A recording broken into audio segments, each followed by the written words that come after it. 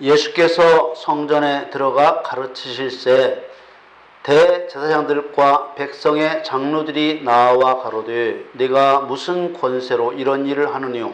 또 누가 이 권세를 주었느뇨? 예수께서 대답하시되 나도 한 말을 너희에게 물으리니 너희가 대답하면 나도 무슨 권세로 이런 일을 하는지 이르리라. 요한의 세례가 어디로서 왔느냐? 하늘로서냐 사람에게로서냐? 저희가 서로 의논하여 가로되 만일 하늘로서라 하면 어찌하여 저를 믿지 아니하였느냐 할 것이요, 만일 사람에게로서라 하면 모든 사람이 요한을 선지자로 여기니 백성이 무섭다 하여 예수께 대답하여 가로되 우리가 알지 못하노라 하니 예수께서 가라사대 나도 무슨 권세로 이런 일을 하는지 너희에게 이르지 아니하리라. 그러나 너희 생각에는 어떠하니요? 한 사람이 두 아들이 있는데 맏아들에게 가서 이르되 예 오늘 포도원에 가서 일하라 하니 대답하여 가로되 아버지여 가겠소이다 하더니 가지 아니하고, 둘째 아들에게 가서 또 이같이 말하니 대답하여 가로되 실소이다 하더니 그 후에 뉘우치고 갔으니 그 둘 중에 누가 아비의 뜻대로 하였느뇨? 가로되 둘째 아들이니이다. 예수께서 저희에게 이르시되 내가 진실로 너희에게 이르노니 세리들과 창기들이 너희보다 먼저 하나님의 나라에 들어가리라. 요한이 의의 도로 너희에게 왔거늘 너희는 저를 믿지 아니하였으되 세리와 창기는 믿었으며 너희는 이것을 보고도 종시 뉘우쳐 믿지 아니하였도다. 사랑하는 성도 여러분, 오늘은 전도서의 말씀으로 말씀의 문을 엽니다. 어떤 사람은 전도서의 표면만 보고서 인생은 헛된 것이라고 섣부른 결론을 내리지만 그런 결론은 하나님의 의중을 이해하지 못한 오해입니다. 전도서는 이 세상은 본디 영원한 곳으로 창조된 곳이 아니기 때문에 인간은 모두 나그네라는 사실을 잊어서는 안 된다고 말하고 있습니다. 전도서 3장 20절 말씀에 다 흙으로 말미암았으므로 다 흙으로 돌아가나니 다 한 곳으로 가거니와, 21절에는 인생의 영은 위로 올라가고 짐승의 영은 아래 곧 땅으로 내려가는 줄을 누가 알랴. 모든 인간의 육신은 다 똑같이 흙이라는 한 곳으로 돌아가지만 사람의 아들의 영은 천국으로 올라가고 짐승의 영은 지옥으로 내려갑니다. 겉모양으로 유대 사람이라고 해서 유대 사람이 아니요, 겉모양으로 살갗의 할례를 받았다고 해서 할례가 아니라 라고 말씀하신 것처럼 사람같이 생겼다고 다 사람의 아들이 아닙니다. 그 영이 천국으로 오르도록 살면 사람의 아들이고 그 영이 지옥으로 내려갈 수밖에 없도록 땅에 매여 살면 그 삶이 헛되고 헛되어서 마귀의 상징인 짐승이 가는 곳, 곧 지옥에 갈 수밖에 없는 것입니다. 모든 일에 때가 있다는 말은 세상 만사는 주권자이신 하나님에 의해서 철저하게 계획되어져 있다는 것입니다. 전도서 3장 1절에서 11절의 말씀을 우리가 천천히 읽겠습니다. 전도서 3장 1절에 천하의 범사가 기한이 있고 모든 목적이 이룰 때가 있나니 날 때가 있고 죽을 때가 있으며 심을 때가 있고 심은 것을 뽑을 때가 있으며 죽일 때가 있고 치료시킬 때가 있으며 헐 때가 있고 세울 때가 있으며 울 때가 있고 웃을 때가 있으며 슬퍼할 때가 있고 춤출 때가 있으며 돌을 던져버릴 때가 있고 돌을 거둘 때가 있으며 안을 때가 있고 앉는 일을 멀리 할 때가 있으며 찾을 때가 있고 잃을 때가 있으며 지킬 때가 있고 버릴 때가 있으며 찢을 때가 있고 꿰맬 때가 있으며 잠잠할 때가 있고 말할 때가 있으며 사랑할 때가 있고 미워할 때가 있으며 전쟁할 때가 있고 평화할 때가 있느니라. 일하는 자가 그 수고로 말미암아 무슨 이익이 있으랴. 하나님이 인생들에게 노고를 주사 애쓰게 하신 것을 내가 보았노라. 하나님이 모든 것을 지으시되 때를 따라 아름답게 하셨고 또 사람에게 영원을 사모하는 마음을 주셨느니라. 그러나 하나님의 하시는 일의 시종을 사람으로 측량할 수 없게 하셨도다. 그러니 어떻게 살아야 된다는 것입니까? 전도서 12장 1절에 너는 청년의 때 곧 곤고한 날에 이르기 전 나는 아무 낙이 없다고 할 해가 가깝기 전에 너의 창조자를 기억하라. 2절에 해와 빛과 달과 별들이 어둡기 전에 비 뒤에 구름이 다시 일어나기 전에 그리하라. 사람이 건명이 같다고 종말에 다 사람의 대접을 받는 것이 아닙니다. 전도서 12장 13절에는 일의 결국을 다 들었으니 하나님을 경외하고 그 명령을 지킬지어다. 이것이 사람의 본분이니라. 아멘. 여러분, 하나님을 공경하는 마음으로 두려워해야 합니다. 아멘. 그리고 사람에게 주신 하나님의 명령을 지켜야 합니다. 아멘. 하나님의 명령을 기억하십니까? 여러분이 받은 하나님의 명령은 무엇입니까? 창조된 인간에게 딱 한 번 하나님의 명령이 있었습니다. 사람이 죄를 범하기 전에 내려진 이 명령에는 모든 율법과 계명의 의미가 들어 있습니다. 창세기 1장 27절에 하나님이 자기 형상 곧 하나님의 형상대로 사람을 창조하시되 남자와 여자를 창조하시고 하나님이 그들에게 복을 주시며 그들에게 이르시되 생육하고 번성하여 땅에 충만하라. 땅을 정복하라. 바다의 고기와 공중의 새와 땅에 움직이는 모든 생물을 다스리라 하시니라. 아멘. 이 명령을 받은 이후에 인간은 죄를 범함으로 말미암아 이 명령을 지킬 수 없는 지경에 이르게 됩니다. 점점 죄가 세상에 넘쳐나게 되므로 하나님께서는 홍수로 세상을 멸절시키고 사람으로서는 오직 노아와 그의 아들 셈과 함과 야벳과 노아의 아내와 세 며느리 이렇게 8명만이 방주로 구원을 받았을 뿐입니다. 그리고 방주로 구원받은 노아에게 인간에게 내린 최초의 명령을 하나님은 다시 내리셨습니다. 창세기 9장 1절에 하나님이 노아와 그 아들에게 복을 주시며 그들에게 이르시되 생육하고 번성하여 땅에 충만하라. 땅의 모든 짐승과 공중의 새와 땅에 기는 모든 것과 바다의 모든 고기가 너희를 두려워하며 너희를 무서워하리니 이들은 너희 손에 붙이웠음이라. 아담과 하와에게 내린 최초의 명령은 지켜도 되고 안 지켜도 되는 명령이 아닙니다. 또 그 명령이 취소된 것도 아닙니다. 하나님의 명령을 지켜 행하면 의를 행하는 의인으로 인정되고 하나님의 명령을 지키지 않으면 의를 행하지 않는 불의한 자로 죄인이 되는 것입니다. 방주 구원의 결과로 볼 때 오직 노아만이 하나님의 명령을 지켜 의를 행하는 의인이었고 노아의 가족들은 그리스도의 예표인 노아의 뜻을 따르며 동력하는 의인이었습니다.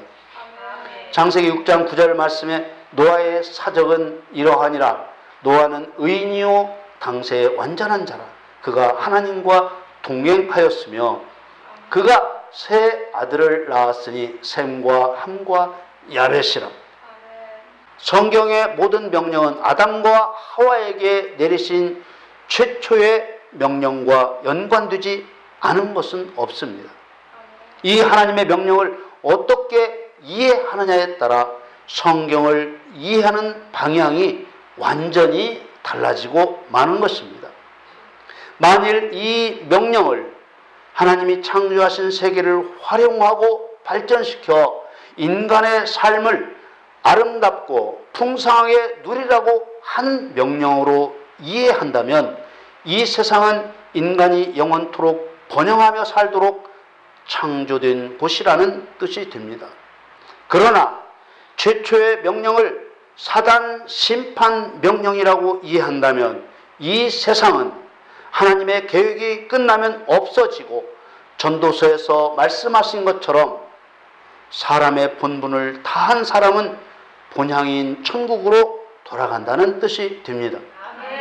그러나 여러분, 천지창조에서부터 이 세상이 심판을 받고 없어지는 종말 때까지 일어날 모든 일들은 철저하게 창세 전에 세우신 하나님의 계획을 따라 나타나는 것입니다. 하나님은 이 세상을 영원한 곳으로 창조하셨다가 실패하시는 분이 아니십니다. 하나님께서는 인간을 이 세상에서 영원토록 살도록 창조하신 것이 아니라 하나님은 인간이 선악과를 따먹을 줄 모를 수 있는 분도 아닙니다. 하나님은 보다 볼 수가 없어서 홍수로 세상을 심판하신 것이 아닙니다. 창세 전에 세우신 하나님의 계획이 전도서의 말씀처럼 때를 따라 진행되었을 뿐입니다. 여러분, 모든 사람은 하나님의 나라에서 이 세상으로 보냄을 받은 자입니다. 하나님이 명령하시는 일하라고 보냄을 받은 것입니다. 보냄을 받았기 때문에 일을 마치면 돌아가야 하는 것입니다. 그래서 이런 찬송과 가사를 쓴 것입니다.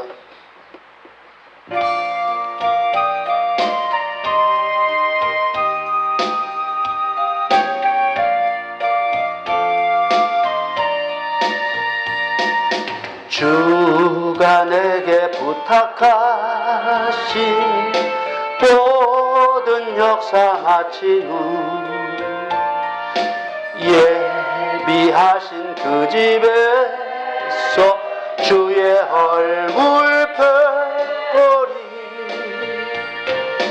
빛난 하늘 그 집에서 주의 얼굴 펴보리 한량없는 영광 중에 주의 얼굴 펴보리 이 세상에 사는 동안 주의 일을 힘쓰고 썩을 장막 떠날 때에 주의 얼굴 펴보리 빛난 하늘 그 집에서 주의 얼굴 펴보리 한량없는 영광 중에 주의 얼굴 펴보리 아멘. 여러분, 우리는 보냄을 받은 하나님의 백성들입니다. 이것을 잊으시면 안 되는 것입니다. 성경에는 보냄을 받는 영의 세계를 증거하고 있습니다. 이새의 아들 다윗은 형들이 참여하고 있는 블레셋과의 전쟁터에 보냄을 받습니다. 그리고 골리앗을 이겼습니다.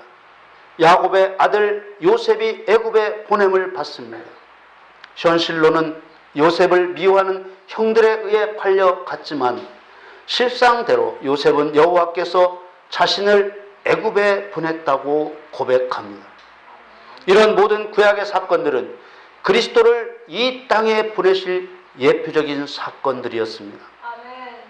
보냄을 받은 자에게 나타나는 공통적인 특징은 반드시 하나님을 대적하는 적이 있는 적진에 보냄을 받는다는 것입니다.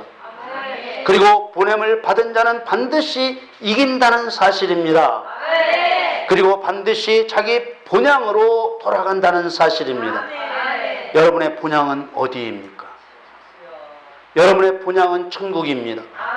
그것을 볼 때 저와 여러분은 이 세상에서 영원히 살려고 온 것이 아닙니다.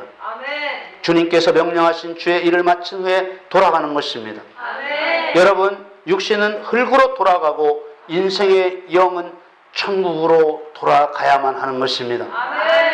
마태복음 16장 16절에 보라, 내가 너희를 보냄이 양을 이리 가운데 보냄과 같도다. 그러므로 너희는 뱀같이 지혜롭고 비둘기같이 순결하라. 이것은 예수님이 세상에 육신으로 계실 때 12 제자를 파송하시면서 하신 말씀입니다. 물론 그 당시에 이스라엘 땅에서 이스라엘 백성들에게로 보내신 것이지만 천국 본향에서 이 세상으로 보냄을 받은 영의 세계와 똑같은 파송입니다. 본래 보냄을 받은 곳은 천국 본향이었고 예수님이 오셔서 보내신 것은 현장에 오셔서 훈련차 보내신 것입니다. 예수님이 부활 승천하신 후에 성령으로 오셔서 권능을 주어 실제로 세상에 우리를 보내시는 것입니다. 그리스도인을 세상에 보내시는 것은 말씀에 나타나 있는 것과 같이 양을 늑대들 가운데로 보냄과 같이 적진에 보냄을 받는 것입니다. 저와 여러분이 세상에 보내졌는데 늑대가 우글거리는 것과 같이 마귀가 왕노릇하고 악한 영들이 우글거리는 것을 느끼지 못한다면 영이 깨어있지 못한 것입니다. 실제로는 악한 영들이 우글거리고 있기 때문입니다. 부활의 주님께서 제자들을 보내신다 하셨습니다. 요한복음 20장 21절에 예수께서 또 가라사대 너희에게 평강이 있을지어다. 아버지께서 나를 보내신 것 같이 나도 너희를 보내노라. 여러분, 저와 여러분이 천국에서 보냄을 받고 이 세상에 왔다는 것을 믿으시기를 바랍니다. 보냄을 받았기 때문에 이곳에서 영원히 살지 않고 우리 천국 본향으로 돌아가는 것입니다. 하나님께서는 목적 없이 우리를 이 세상에 보내신 것이 아닙니다. 예수님께서 훈련차 제자들을 보내시며 하신 말씀을 보십시오. 마태복음 10장 7절에 가면서 전파하여 말하되 천국이 가까웠다 하고 병든 자를 고치며 죽은 자를 살리며 문둥이를 깨끗하게 하며 귀신을 쫓아내되 너희가 거저 받았으니 거저 주어라. 이것은 모두 영적인 싸움들입니다. 현실의 시간과 환경 속에서 싸우는 것이지만 악한 영들을 대적하여 싸울 때만 이길 수 있는 싸움입니다. 그러나 그리스도인들 중에는 보내신 분 그리스도 우리 주님의 뜻대로 보냄을 받았다고 깨닫고 싸우는 그리스도인이 있는가 하면 불행하게도 자신이 그리스도로부터 보냄을 받았다고 깨닫지도 못하고 있는 경우가 태반입니다. 오늘 우리에게 주신 본문 말씀은 포도원에 가서 일하라고 보냄을 받는 두 아들의 비유를 통해 보냄을 받고도 일하지 않는 자들을 책망하셨습니다. 오늘 본문에 나오는 내용은 성경에서 가르치시는 예수님에게 당시 유대교의 지도자들이었던 대제사장들과 장로들이 예수님께 조롱조로 물음을 던지는 것으로 시작됩니다. 오늘 본문 마태복음 21장 23절에 예수께서 성전에 들어가 가르치실새 대제사장들과 백성의 장로들이 나와 가로되 네가 무슨 권세로 이런 일을 하느뇨? 또 누가 이 권세를 주었느뇨? 여기 나오는 대제사장들과 백성의 장로들은 아브라함과 다윗의 후손인 하나님의 백성들로서 하나님으로부터 보냄을 받은 자들이었지만 보낸 분을 멸시하고 있는 자들입니다. 그래서 그들은 그리스도로 오신 예수님께 네가 무슨 권세로 이런 일을 하느냐 조롱조로 묻는 것입니다. 그러나 예수님께서는 이들에게 대답의 조건을 거셨습니다. 예수님께서 대답의 조건을 거신 것은 이들의 마음이 악함을 아시고 피할 수 없는 허점을 드러내고자 함이었습니다. 마태복음 21장 24절에 예수께서 대답하시되 나도 한 말을 너에게 물으리니 너희가 대답하면 나도 무슨 권세로 이런 일을 하는지 이르리라. 그리고 예수님께서는 요한이 세례를 베푸는 권세가 하나님이 주신 것이냐 사람이 준 것이냐고 물었습니다. 25절에 요한의 세례가 어디로서 왔느냐? 하늘로서냐? 사람에게로서냐? 저희가 서로 의논하여 가로되 만일 하늘로서라 하면 어찌하여 저를 믿지 아니하였느냐 할 것이요. 그러자 대제사장들과 백성의 장로들은 선뜻 대답하지 못하고 서로 의논했습니다. 대답할 수가 없었습니다. 이렇게도 저렇게도 대답할 수가 없었습니다. 26절, 27절에 만일 사람에게로서라 하면 모든 사람이 요한을 선지자로 여기니 백성이 무섭다 하여 예수께 대답하여 가로되 우리가 알지 못하노라 하니 예수께서 가라사대 나도 무슨 권세로 이런 일을 하는지 너희에게 이르지 아니하리라. 이들은 세례 요한의 회개를 촉구하며 천국이 가까웠다는 증거를 믿지 않았습니다. 세례 요한이 회개의 세례를 선포하고 세례를 준 권세가 분명히 하나님으로부터 왔다는 것을 그들도 알지만 그렇게 말하면 자신들이 하나님의 권세에 도전한 것을 스스로 인정하는 꼴이 되고 마는 것입니다.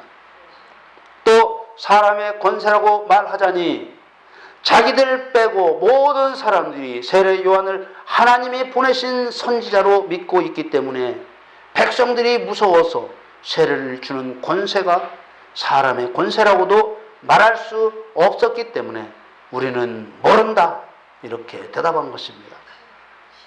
그러자 예수님도 성전에서 가르치시는 권세가 누구로부터 왔는지 말하지 않겠다고 하셨습니다.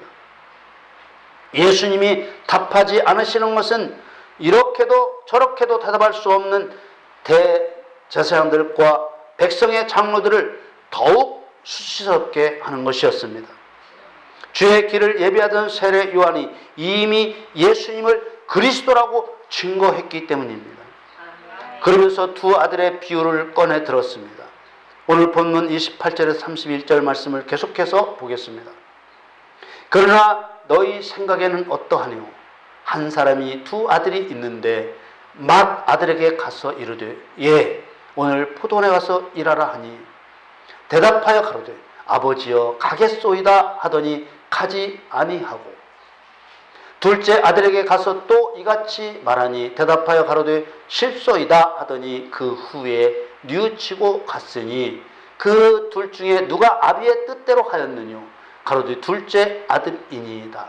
예수께서 저에게 이르시되 내가 진실로 너에게 이르노니 세리들과 창기들이 너희보다 먼저 하나님의 나라에 들어가리라. 여러분, 포도원은 이 세상에 대한 상징입니다.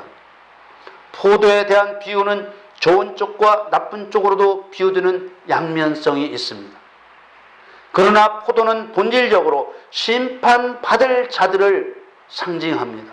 왜냐하면 세상 끝날에 포도가 심판을 받는 것으로 상징되기 때문입니다. 요한계시록 14장 19절과 20절에 천사가 낫을 땅에 휘둘러 땅에 포도를 거두어 하나님의 진노의 큰 포도주 틀에 던짐에 성 밖에서 그 틀이 밟히니 틀에서 피가 나서 말 굴레까지 닿았고 1600스타디온에 퍼졌더라. 요한계시록 19장 15절에도 진노의 포도주 틀을 밟는다고 하셨습니다.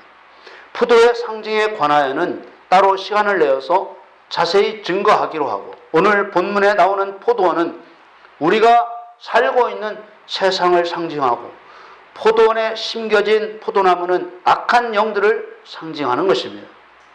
요한계시록에 증거하고 있는 것처럼 포도원에 심겨진 포도나무와 포도송이는 진노의 큰 포도주 틀에 던져져 그 틀에서 밟히고 피가 난다고 하셨습니다.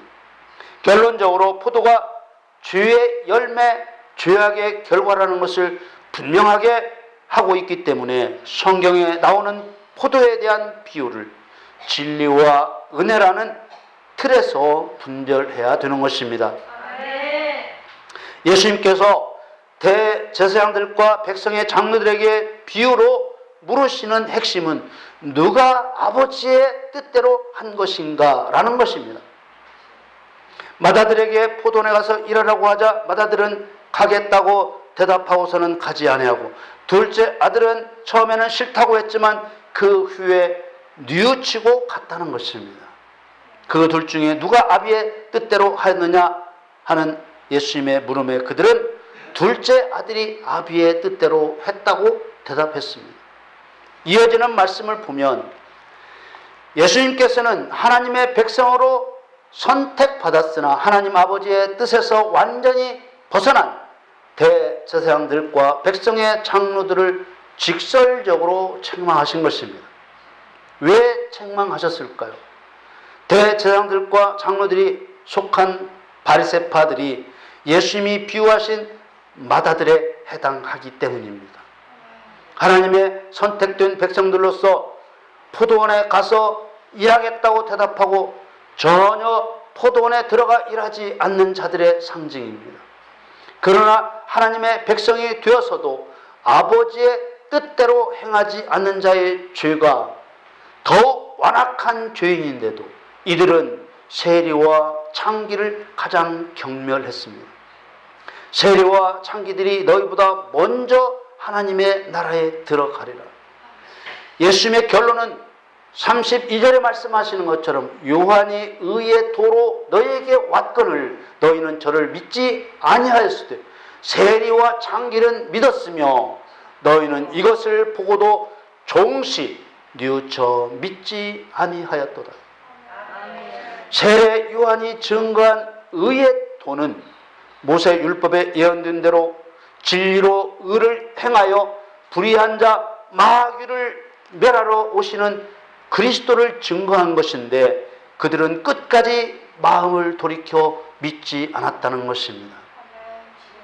그러나 둘째 아들은 처음에는 싫다고 했지만 그 후에 뉘우치고 포도원에 들어가 일했다고 했습니다. 이 둘째 아들은 유대인이 아닌 이방인 중에서 그리스도를 영접하고 이 세상에서 아버지의 뜻대로 행하는 그리스도인들을 말씀하신 것입니다.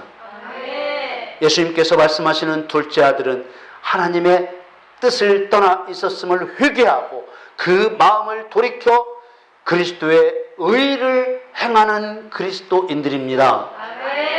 사랑하는 성도 여러분, 오늘날에도 그리스도를 영접한 그리스도인들 중에도 두 아들이 있는 것입니다.